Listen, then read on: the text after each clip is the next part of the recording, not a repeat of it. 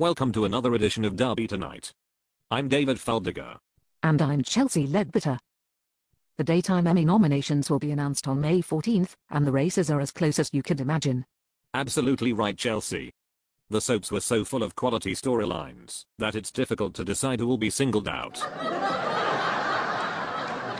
That's very funny. Hilarious.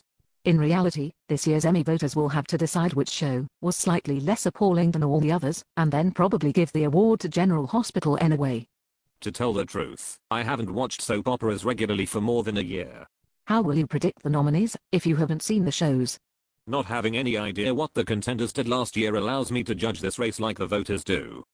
I will employ the same judging system that the National Television Academy has used for several years now. Most people don't understand how Emmy voting works, David. You should explain it to the viewers who aren't familiar with the procedure. It's a very sophisticated two-step process. The first step is selecting the pre-nominees. Actors from each show select their closest friends to be put forward for Emmy consideration and reject their less popular co-workers.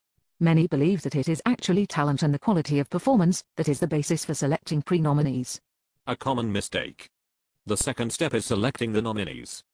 To do this, the Academy sends sample episodes to the voting body, along with a dartboard. The voters randomly throw darts at the board, and this decides the nominees. What happens to the sample episodes? The DVD submissions can be used as coasters, or carved into ukulele picks for the poor. It is an innovative process. There are rumors that the Grammy Awards will soon also switch to a dart-based system. Have you gleaned any insight into who this year's most likely contenders will be?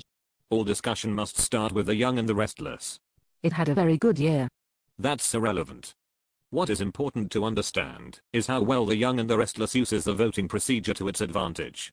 That is how they earned an Emmy nomination last year for Vale Bloom, who plays District Attorney Hannah Montana, while Melody Thomas Scott was left off the ballot entirely.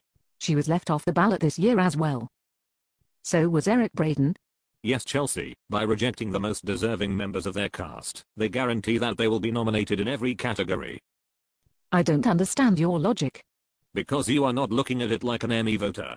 You're looking at it like someone who actually watches the shows. You're right. Knowing who gave the best performances makes it very difficult to understand Emmy voting. Do you think One Life to Live has a chance? They too have ignored one of the most talented members of their cast, Trevor St. John, in favor of Robert S. Woods, who didn't have a major storyline last year. Could it work in their favor? Not a chance in hell. In the last 10 years, One Life to Live has won only a single acting award, for Erica Slezak, and Slezak is not pre-nominated this year. Actors like Kathy Breyer, Cassie D. Piver, and Tuck Watkins do not win awards. Why not? Because Emmy voters prefer actors who scream all of their lines, like Tom Pelphrey. That's good news for Guiding Lights' Marcy Rylan. Very good news indeed. She might shriek loudly enough for voters to nominate her in spite of the show's dreadful new production model. Early last year, the show switched from professional video cameras in television studios to cell phone cameras in the woods off the New Jersey Turnpike. I disagree with your assessment. Guiding Light transformed the medium. Sophisticated viewers were able to understand that Helen Wheeler's visual style was really a postmodern meditation on the bleakness of small-town life. The bad camera angles symbolize despair, and the hideous close-ups represent man's isolation from Mother Earth. Reportedly, Wheeler got the idea from watching Ingmar Bergman films while drunk. Well, it's certainly unpleasant to look at. Yes, it is. Who do you predict will be the nominees for Outstanding Drama Series? I threw blindly at the dartboard last night, and came up with The Young and the Restless, General Hospital, One Life to Live, and The Bold and the Beautiful. We'll see if Emmy voters prove you right on May 14th.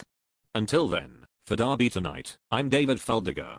And I'm Chelsea Ledbetter. Good night, and join us later this month, when we discuss the nominees.